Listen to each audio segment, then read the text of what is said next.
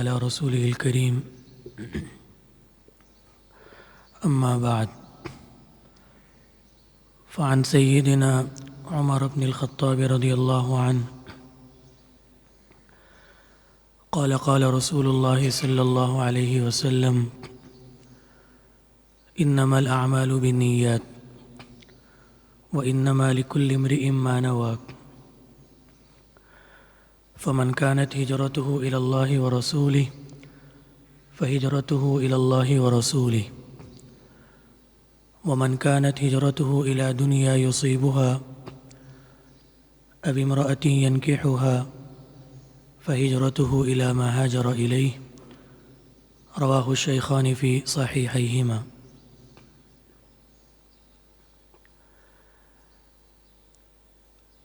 رمضان المبارک کا مہینہ ہے اور اس مہینے کی خاص عبادت وہ روزہ رکھنا ہے۔ ہم مسلمان معاشرے میں اللہ تبارک و تعالیٰ کی توفیق سے پیدا ہوئے اور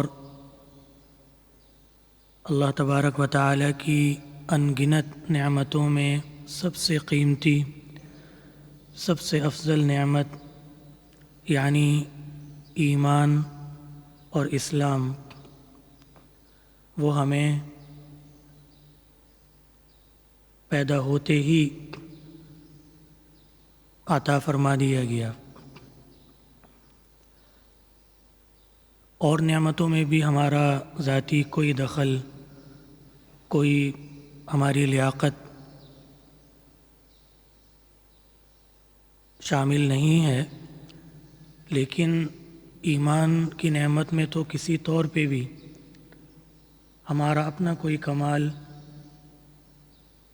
ہماری اپنی کوئی فضیلت کا ہرگز دخل نہیں ہے۔ اب مسلمان معاشرے میں جب ہم پیدا ہوئے،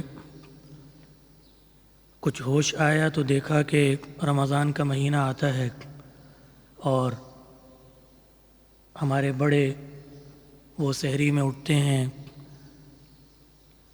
اہتمام کرتے ہیں، دن بھر بھوک اور پیاس کو برداشت کرتے ہیں اور مغرب کی اذان کے ساتھ افطاری کے دسترخوان پر بیٹھتے ہیں۔ تو ہمیں بھی شوق ہوا، ہم نے اپنے بڑوں سے ضد کی کہ ہم بھی روزہ رکھیں گے، اور انہوں نے کبھی اجازت دی، کبھی کہا تم چھوٹے ہو ابھی، اور اس طرح ہم لڑکپن میں داخل ہوئے اور اپنی عمروں کے اس حصے میں پہنچ گئے۔ مسلمان گھرانے میں پیدا ہونے کا فائدہ بھی ہے اور نقصان بھی۔ نقصان بہی معنی کہ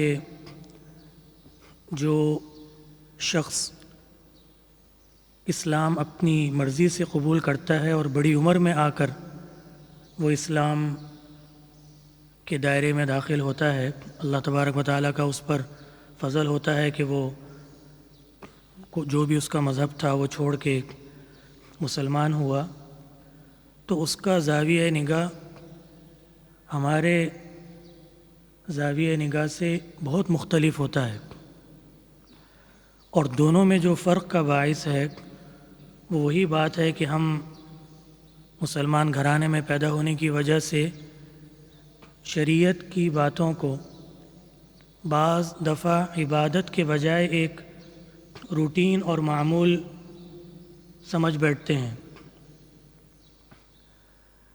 حدیث مبارکہ آپ نے سماعت فرمائی، حضرت عمر بن الخطاب رضی اللہ عنہ ارشاد فرما رہے ہیں کہ جناب رسول اللہ صلی اللہ علیہ وسلم نے ارشاد فرمایا، سارے اعمال کا مدار وہ نیتوں پر ہے۔ یہ جملہ کافی تھا، لیکن مزید تفصیل ارشاد فرمائی، اور بے شک ہر انسان کے لیے اس کی نیت کے موافق اس کی نیت کے مطابق جزا اور سزا کا نظام کار فرما ہے۔ اتنا بھی کافی تھا۔ آگے پھر مزید ارشاد فرمایا، پہلی بات کی تشریح کرتے ہوئے اور پہلی بات کی اہمیت جتلاتے ہوئے کہ اگر کوئی ہجرت کرتا ہے، آپ کو معلوم ہے ایک زمانہ تھا کہ ہجرت مسلمانوں پر فرض تھی۔ اگر کوئی مکہ مکرمہ سے مدینہ منورہ کی طرف ہجرت کرتا ہے اور اس ہجرت سے اس کا مقصد اللہ تبارک و تعالیٰ کی رضا اور اللہ کے رسول نے جو حکم پہنچایا اس کی تعمیل، یہ مقصود ہے، تو یہی ثواب اس کے لیے لکھا جائے گا۔ اتنا بھی کافی تھا۔ مزید ارشاد فرمایا کہ لیکن اگر کوئی ہجرت کرتا ہے کسی دنیاوی غرض کے لیے اور یا کسی عورت سے نکاح کی خواہش رکھتے ہوئے کہ مدینہ منورہ جاؤں گا تو فلاں جگہ شاید نکاح کی صورت بن جائے، فَهِجْرَتُهُ إِلَىٰ مَا هَاجَرَ إِلَيْهِ، تو اس ہجرت پر ثواب اس کو اسی طور پہ ملے گا، یعنی آخرت میں اس کا کوئی حصہ نہیں ہوگا۔ اگر ہم اپنے آپ پہ غور کریں تو عام طور پہ ہمیں 3 طرح کے لوگ ملتے ہیں۔ ایک تو وہ جو حسن نیت کا اہتمام کرتے ہیں، اللہ تبارک و تعالیٰ انہیں توفیق دیتے ہیں کہ وہ صحیح نیت کوئی بھی عمل کرتے وقت، ہمارا موضوع روزہ ہے تو روزہ رکھتے وقت وہ صحیح نیت کا اہتمام کرتے ہیں، تو ان کی تو بات ہی الگ ہے۔ دوسرے ہم میں ایسے لوگ ہیں جو خدا نہ خواستہ اللہ تبارک و تعالیٰ حفاظت فرمائے، روزہ رکھتے وقت غلط نیت دل میں رکھتے ہیں۔ روزہ کیوں رکھ رہے ہیں؟ اگر نہیں رکھوں گا لوگ عجیب دیکھیں گے، عجیب طرح سے دیکھیں گے۔ روزہ کیوں رکھ رہے ہیں؟ والد صاحب کا ڈر ہے، بڑے بھائی پوچھیں گے، وغیرہ وغیرہ۔ اور تیسری ہم میں قسم وہ ہے جن کی کوئی نیت نہیں ہے۔ یہ بھی بہت خطرناک بات ہے۔ روزہ کیوں رکھ رہے ہیں؟ وہ شروع والی بات کہ رمضان آ گیا، صبح اٹھیں گے، سحری کریں گے، افطار کا وقت ہو گیا، افطاری کر لیں گے۔ اس میں حسن نیت کہاں ہے؟ اب سوال یہاں یہ ہے کہ ایک مسلمان کو پہلی قسم میں داخل ہونے کے لیے کیا کرنا چاہیے؟ جناب رسول اللہ صلی اللہ علیہ وسلم کے کس قدر احسانات ہیں ہم پر کہ اس کا جواب بھی خود آپ ہی نے ارشاد فرمایا۔ معروف حدیث آپ نے بارہا سنی، حضرت ابو ہریرہ رضی اللہ تعالیٰ عنہ فرما رہے ہیں کہ جناب رسول اللہ صلی اللہ علیہ وسلم نے ارشاد فرمایا، من صام رمضان ایمانا واحتسابا غفر له ما تقدم من ذنبی۔ ایمان اور احتساب کے ساتھ اگر کوئی روزہ رکھتا ہے تو یہ ہے صحیح روزہ رکھنے کا طریقہ اور صحیح نیت کی صورت۔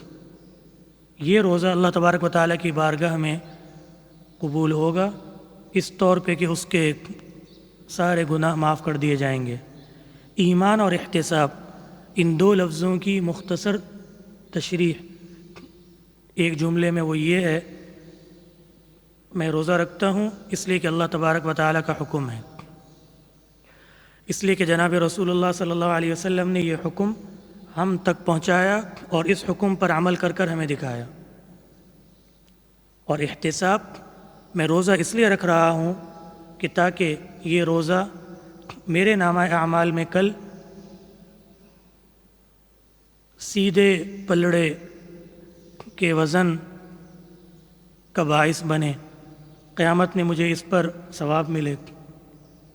یہ 2 نیتیں ہم کریں تو انشاءاللہ تعالی ہم پہلی قسم میں داخل ہوں گے کہ جو صحیح نیت کے ساتھ روزہ رکھنے کا اہتمام کرتے ہیں۔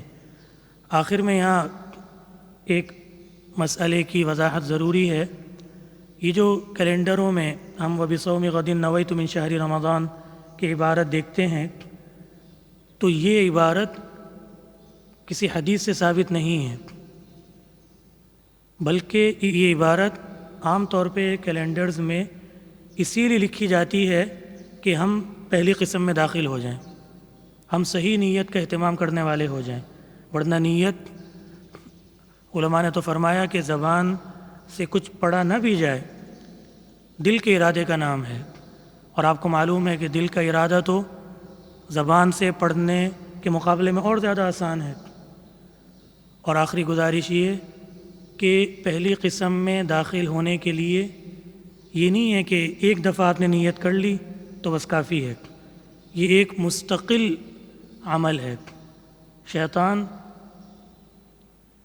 حسن نیت والوں کو، صحیح نیت والوں کو پوری کوشش کرتا ہے کہ گمراہ کرے، اور یہ اس کا کام ہے، وہ اسی لیے شیطان ہے۔ تو ہم مستقل اس بات کی فکر کریں اور اپنے دل سے سوال کریں کہ میں روزہ کیوں رکھ رہا ہوں اور دیگر عبادت کیوں کر رہا ہوں۔ اللہ تبارک و تعالی ہمیں حسن نیت کے ساتھ روزے، تراویح اور دیگر تمام عبادات کرنے کی توفیق عطا فرمائے۔ وآخر دعوانا ان الحمد للہ رب العالمین۔